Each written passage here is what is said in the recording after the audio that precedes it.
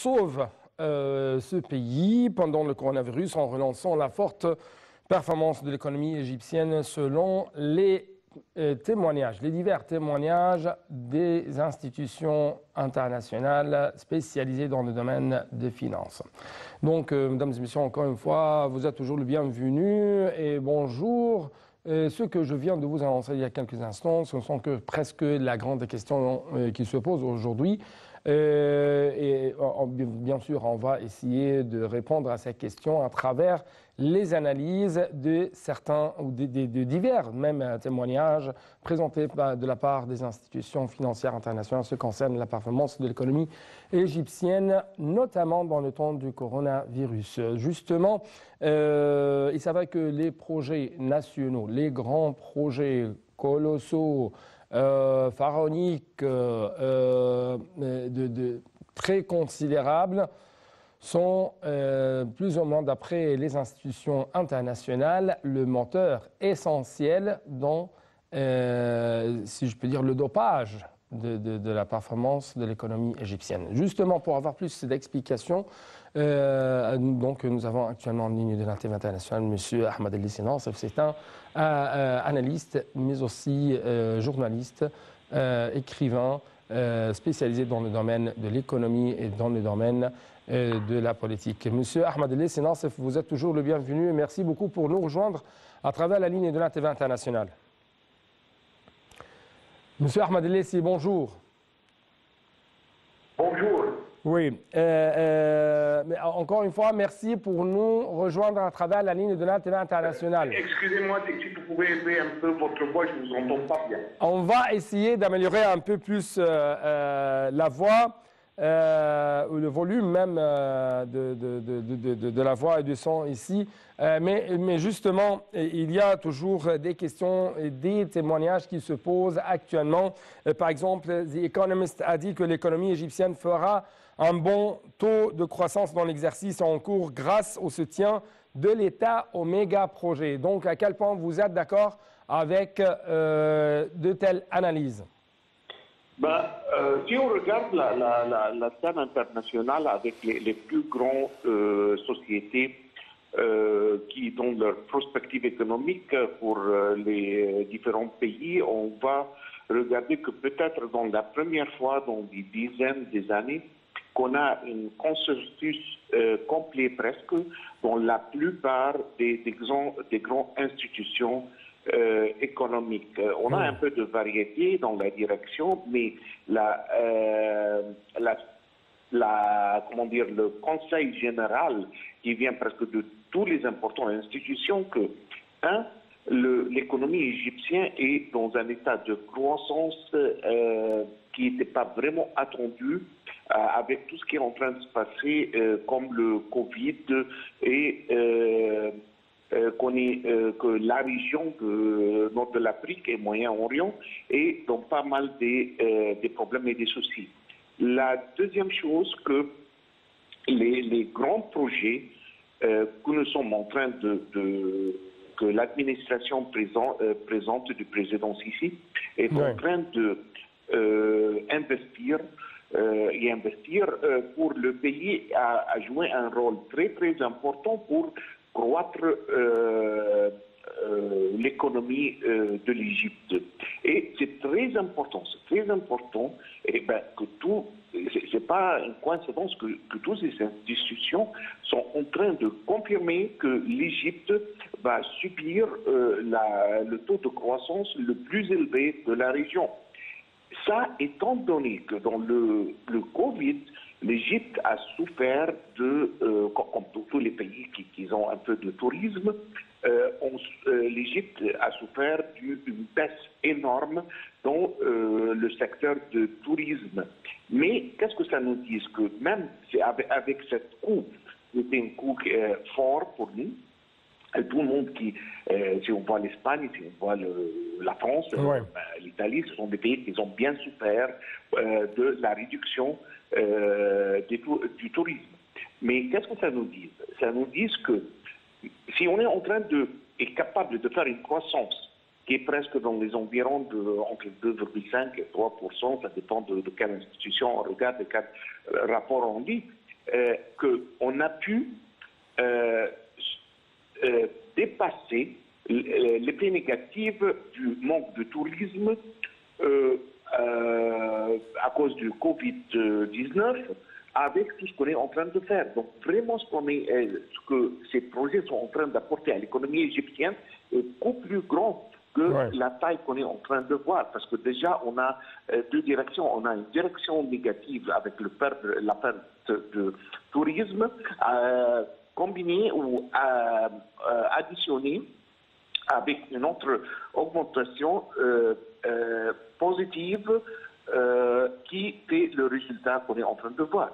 Donc vraiment, la croissance que l'Égypte est en train de faire ces jours-ci est beaucoup plus grande que les chiffres que nous sommes en train de regarder. Et merci Dieu qu'on n'a pas mis tous les œufs dans le même panier, qu'on a une économie qui est assez diversifiée, qu'on a diversifié, oui, plus qu'un secteur, parce que c'est très important de noter qu'il y a d'autres pays dans la région qu'ils ont avait un appui un peu trop important sur le tourisme. Et quand le secteur du tourisme a subi les pertes qu'il est en train de subir, parce que personne n'est en train de voyager dans le moyen de Covid, au moins que ce n'est pas une urgence, et le tourisme n'est jamais une urgence, les pays, les économies sont en train sont dans un état malheureusement lamentable.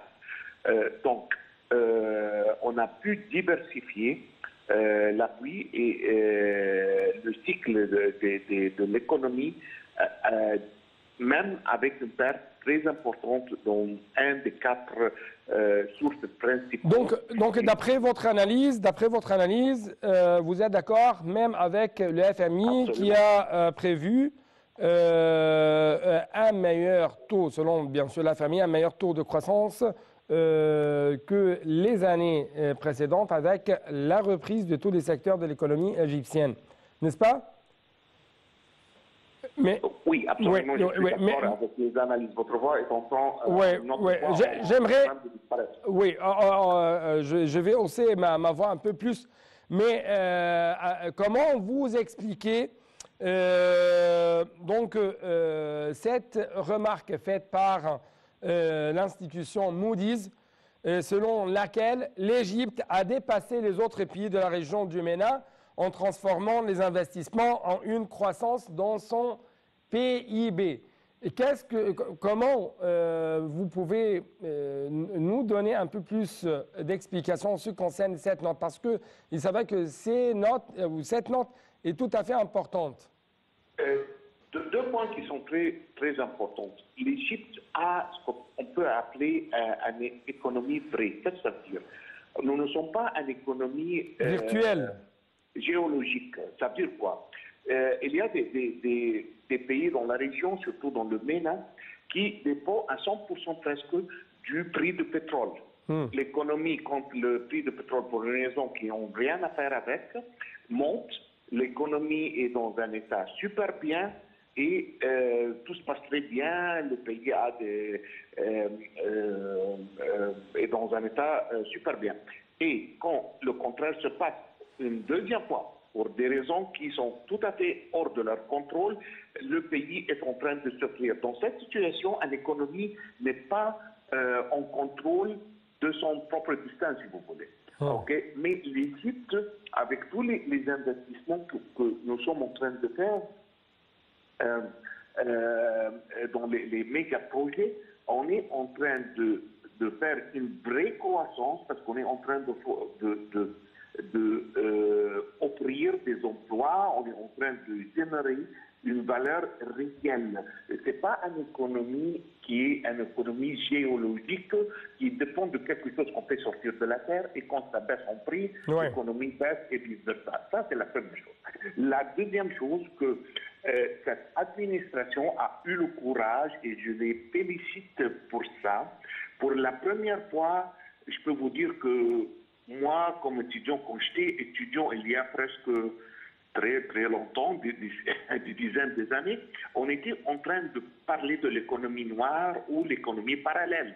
Et l'administration de président Sisi, elle est la première administration dans ces plus que 30 ans qu'elle a eu le courage de vraiment attaquer ce problème avec des solutions réelles. Et donc, qu'est-ce que ça fait? Qu'est-ce que ça veut dire? Oh, non, les impôts, blablabla, et tout ça, c'est très, très, très bien. Mais ce n'est pas ça le point de focus. Et le point de focus, que on est en train d'élargir l'économie égyptienne. Pourquoi? Parce que ce qu'on voyait de l'économie égyptienne était presque la moitié. Dès qu'on est en train de régler les choses, on est en train d'automiser les paiements, on est en train de régulariser l'économie avec les systèmes, avec la technologie. De plus en plus, on a une visibilité de l'économie égyptienne, qui veut dire qu'on est en train d'élargir la vraie économie. On est en train ça devient de plus en plus transparent, ça devient de plus en plus visible, et on peut demander à des secteurs ou des activités qui n'ont jamais peut-être payé ce qu'ils devaient à l'État de point de vue impôts et autres, de faire ça maintenant. Donc l'économie, avec ça, en vérité, on est en train de le croître. Oui, et bien sûr, à propos de ce point, la transformation numérique joue un grand rôle. Absolument. Mais vraiment, écoutez, la technologie n'est pas nouvelle. C'est la volonté politique qu'on est en train de mettre de la technologie pour travailler, pour délivrer à ce but. Oui, mais monsieur Ahmad, mais il y a toujours un grand défi. Nous avons plutôt une grande population, un grand pays, un pays, comme vous venez de dire, qui dispose d'une économie tout à fait diversifiée, tout à fait colossale.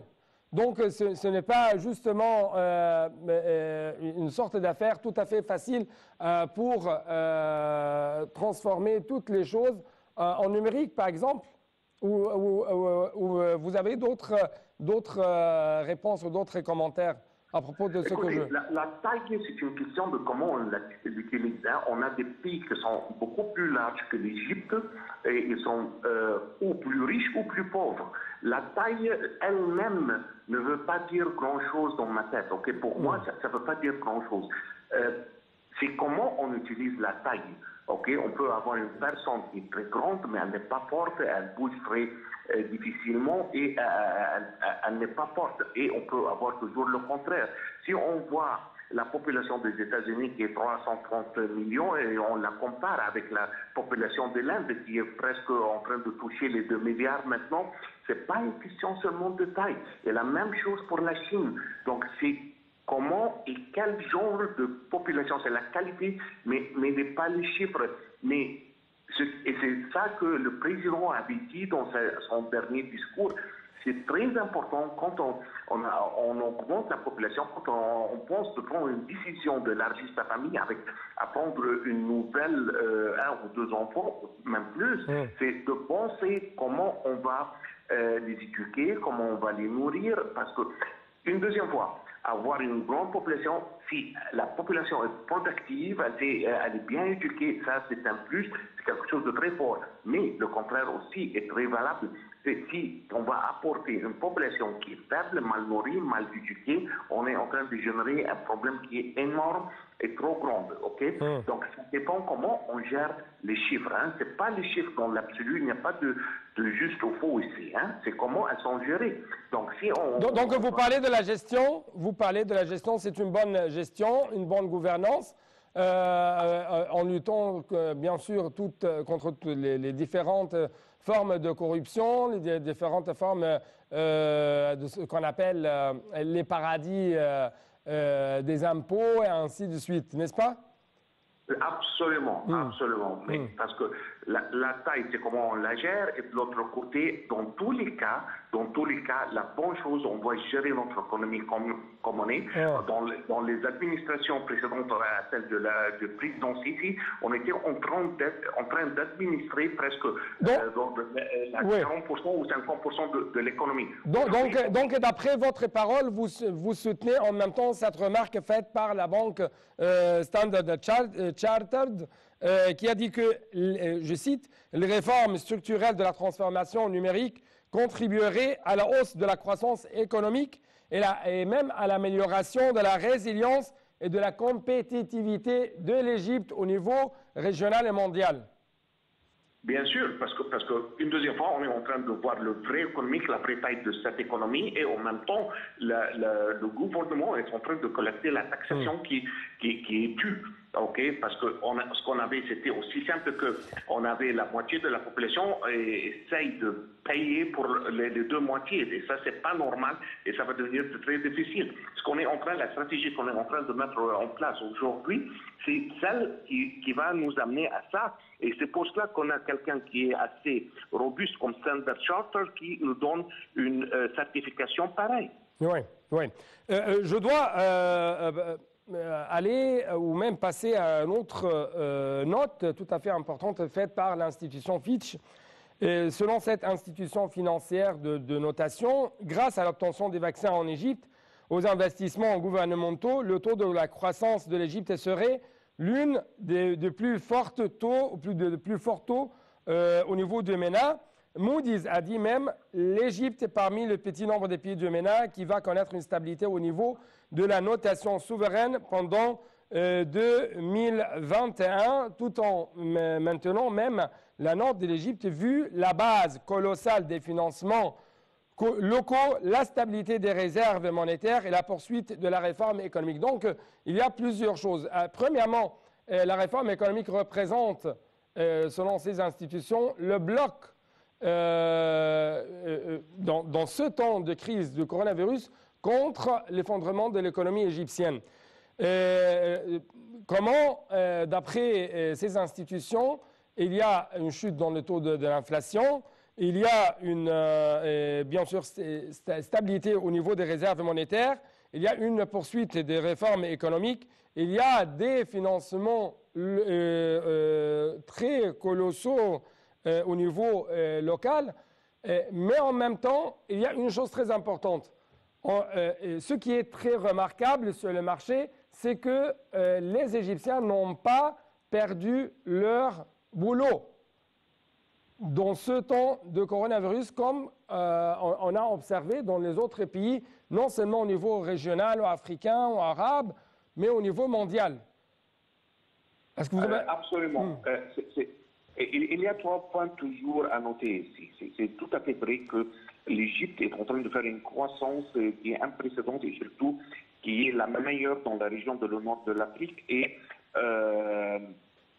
le Moyen-Orient, et pour plusieurs raisons. La première vraiment, qui est une raison sous-entendue, mais ces jours-ci, on ne peut pas la prendre comme quelque chose qui est garanti, c'est la stabilité de la sécurité dans le pays, parce que si on n'a pas une stabilité, on ne peut pas avoir une croissance.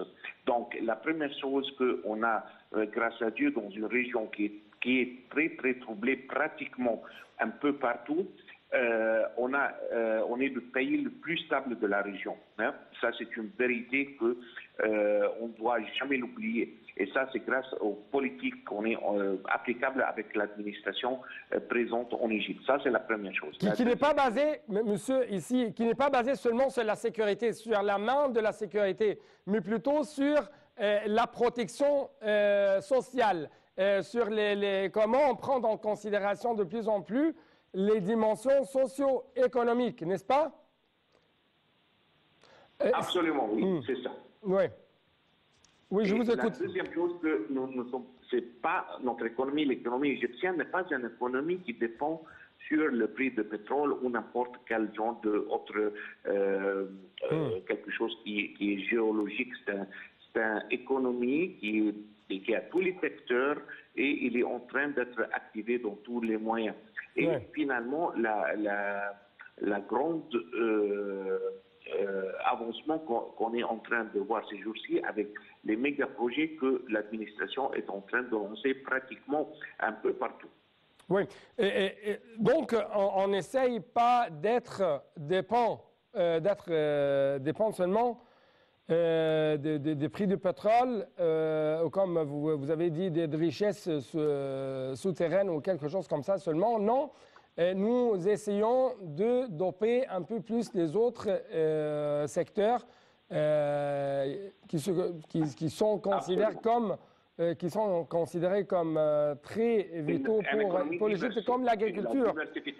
Oui, oui, comme l'agriculture et l'industrie. C'est pourquoi Fitch, par exemple, a noté qu'il y a une hausse des exportations égyptiennes de 45,7 milliards de dollars en 2021. Oui. Oui. Donc les exportations égyptiennes dans les différents domaines, non seulement pétroliers, mais aussi dans le domaine de l'agriculture, dans le domaine de l'industrie, c'est notre bout de sauvetage actuellement, n'est-ce pas? Parce que l'une des remarques qu'on a aujourd'hui, alors qu'on a ce désastre de coronavirus et son impact sur l'économie mondiale, non, on ne trouve pas, par exemple, un manque des denrées, on manque de marchandises au niveau du marché égyptien, mais plutôt il y a toujours des marchandises qui sont bien sûr offertes et qui sont toujours disponibles sur le marché égyptien. En même temps, il n'y a pas une grande hausse des prix. Oui. Il n'y a pas une grande hausse des prix des marchandises. Oui, ça c'est ce qu'on appelle l'inflation. On n'a pas une inflation parce que ce qu'on est en train de faire aujourd'hui, premièrement, on a pris une décision en 2016 qui était assez courageuse de changer le taux de change avec un taux de change qui est vrai. Okay? Donc ça a bien aidé à stabiliser les choses. Et puis la deuxième chose, on est en train de stabiliser ce qu'on appelle le taux d'inflation qui est dans le 5 à 6 si je ne me trompe pas. Les derniers chiffres que j'ai vus, que ça aide de réagir la croissance. Parce que si on va faire une croissance dans un état de je ne sais pas, de 30 ou 40% inflation, on ne va jamais voir la croissance. Mais l'inflation est bien contrôlée en Égypte et c'est pour cela qu'on peut vraiment sentir la croissance dans l'économie. Oui. Dernière question. À quel point vous êtes d'accord avec la Banque mondiale qui a dit que l'Égypte avait pu éviter la récession grâce aux réformes économiques et à l'adoption des politiques économiques souples ayant la capacité d'absorber la crise? Je pense que l'Égypte est un des pays ou le meilleur pays dans la région et mieux que pas mal d'autres pays qui sont normalement ou traditionnellement sont des pays assez forts sur le niveau économique, qu'on a bien géré la crise et avec ça, on a réussi de faire un taux de croissance de plus que 2%, alors que la plupart d'autres pays sont dans un état de croissance négative. Donc, je pense qu'on a bien géré notre économie, surtout avec les décisions qui étaient assez robustes, assez courageuses en 2016, novembre 2016 pour être spécifique, avec la dévaluation ou la redéfinir la valeur du dollar et passer de ce qu'on appelait à la subvention monétique à une subvention qui était pour les produits désignés à un certain nombre de la population égyptienne, alors qu'avant ça, si on donnait la subvention au pays de monnaie, toute la population, tout le pays, même pour des biens ou des marchandises qui n'étaient pas nécessaires, des marchandises de luxe, on était en train de subventionner. Subventionner des choses comme ça, c'était pas vraiment normal. Et on a fait cette histoire avec la redéfinition deuxième fois de la valeur du livre égyptien comme les autres. Et bien sûr, à cet égard, on trouve que, on trouve que même les réserves stratégiques en devises étrangères de l'Égypte, qui sont stables actuellement, jouent un grand rôle, encore une fois, à cet égard. Et même selon la FMI, ces réserves stratégiques seraient 40,6 milliards de dollars en 2020-2021. Je dois donc vous remercier infiniment pour de tels éclaircissements de votre part en ce qui concerne toujours les grands témoignages présentés par les différentes institutions financières mondiales. Merci beaucoup. Merci à vous. Merci. Monsieur Ahmed Lessi Nassef, un analyste politique et économique, un journaliste, un écrivain égyptien, bien sûr. Il a essayé de vous donner un peu plus d'explications en ce qui concerne qu'est-ce que se passe ici sur l'économie égyptienne et pourquoi les différentes institutions financières internationales, bien sûr, remarquent qu'il y a une sorte de réforme, mais aussi de performance exceptionnelle ici en Égypte dans le temps du coronavirus. Les Égyptiens essaient toujours de lutter contre leurs problèmes, de venir au bout de leurs problèmes, tout en dopant leur croissance économique. Justement, je dois donc clôturer cette édition parce que je n'ai plus de temps. C'est pourquoi, encore une fois, merci beaucoup pour votre fidélité. Bon moment sur NAT International.